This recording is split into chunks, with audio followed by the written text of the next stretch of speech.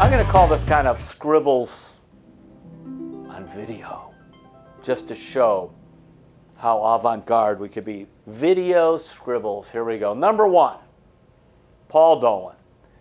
Here is the problem with trying to write something about Paul Dolan. The minute you say the name of the Indians owner, everybody's opinion tends to be written in cement. He's either cheap, or he's a guy that doesn't really want to win, or he's actually a pretty good owner in a very tough spot. So he's cheap, he doesn't want to win, or a good owner in a tough spot.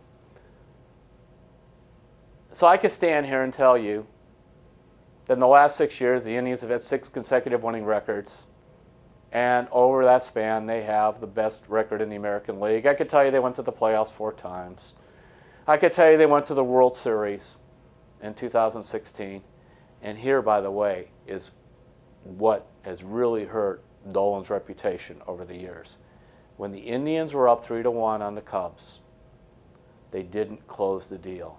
Because had the Indians won the World Series in 2016, I think Paul Dolan's reputation would be different. And when there'd be time to cut the payroll or whatever, people would look back and say, well, at least he delivered a World Series. But he didn't. I happen to think Paul Dolan's a really good owner, and it doesn't matter so much what I think. Terry Francona thinks it, Chris Antonetti thinks it, Mike Chernoff thinks it, because these are guys that could work with most teams, and they've elected to stay here. Number two, all right, the Indians have a season coming up, and we all knew that the opening keystone combination at second base and shortstop would be Brad Miller at second, Eric Stamets at short. How about that one? Instead of Jason-Kipness and Francisco-Lindor. Hopefully they'll both be back fairly soon. But this has been a year of turmoil in terms of the roster changing and some late injuries. And of course the outfield, they're still trying to put all that together. I mean, right now, I'll tell you, the guy that looked the best in Goodyear when I was there in all of spring training, Greg Allen. Guy who could play all 3 outfield spots, switch here, be seen a lot of Greg Allen. We could go around on this. I mean, I could tell you I'm worried about Jason-Kipness. I am, with his calf muscles.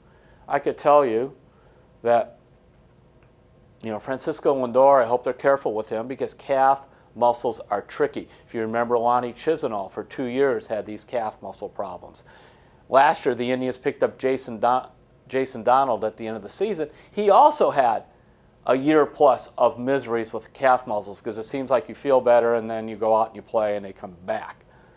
It's also why, I mean, I know Francisco-Lindor doesn't seem particularly interested in it, but if I were him, I certainly would talk to the Indians about some sort of contract extension. Okay, a couple other things. The bullpen, the Indians bullpen was 13th last year.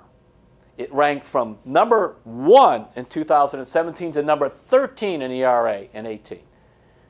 I know they lost Andrew Miller and they lost Cody Allen, $20 million worth of relievers, by the way, but their combined ERA was 4.54. The team was 4.60. Part of the reason the bullpen was so bad is because they were so bad and they were injured. I happen to think the bullpen will be quite a bit better this year. Doesn't take much. I mean, if you go from 13 to 7, you're better. And I also think, too, that with Brad Hand as a closer, one of my favorite guys who made the team, John Edwards, sort of a reliever out of nowhere. I think he's going to be a big part of it. Adam Simber. I feel pretty good about the bullpen. I don't even feel that bad about Roberto Perez catching. I think they'll miss John Gomes hitting some, but Perez taking over behind the plate I think will be okay. I expect, I think this is like number 6 now, I expect Carlos-Santana to have a big year. I'm hoping he gets a hit before June 1st. We all know how Santana is.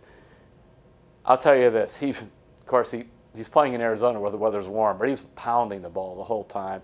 He is extremely happy to be back. I mean, it's really funny. The guys that love playing in Cleveland, 2 guys named Carlos. Carlos-Carrasco keeps signing extensions. Carlos-Santana, who even after he signed with the Phillies, never even sold his house in Bratton. All he kept it here because he said he thought he might come back someday. By the way, they are the 2 senior members of the Indians right now. Think about that. Carrasco came up late in the 2009 season, and in 2010, Santana came up from the minors. So I'm looking for a good year from Santana. I'm hoping for a good year from Jose-Ramirez. You know, he ended last year, the last 6 weeks, he hit about 190. Seemed to be just kind of swinging from the heels, a lot of home runs, trying for a lot of home runs rather, and a big swing. And I just like to see him kind of go back to being the Ramirez that he was. Sometimes in spring training when I saw him, he was, and sometimes he wasn't. Let's see how Jose looks early in the season, because they're going to need a big season from Jose-Ramirez, big season from Carlos-Santana, a big season from Francisco-Lindor when he's healthy. Those three guys, you know, are your really three most proven hitters. And hopefully someone in the outfield like Tyler Naquin, who in the past has been a good hitter when healthy, will go back to being a good hitter because he is healthy now. All right, so what are the Indians going to do? I had to pick something. I got them at 88 and 74, winning the Central Division and winning one round of the playoffs. Once again, the prediction, 88, 74, go to the second round of the playoffs.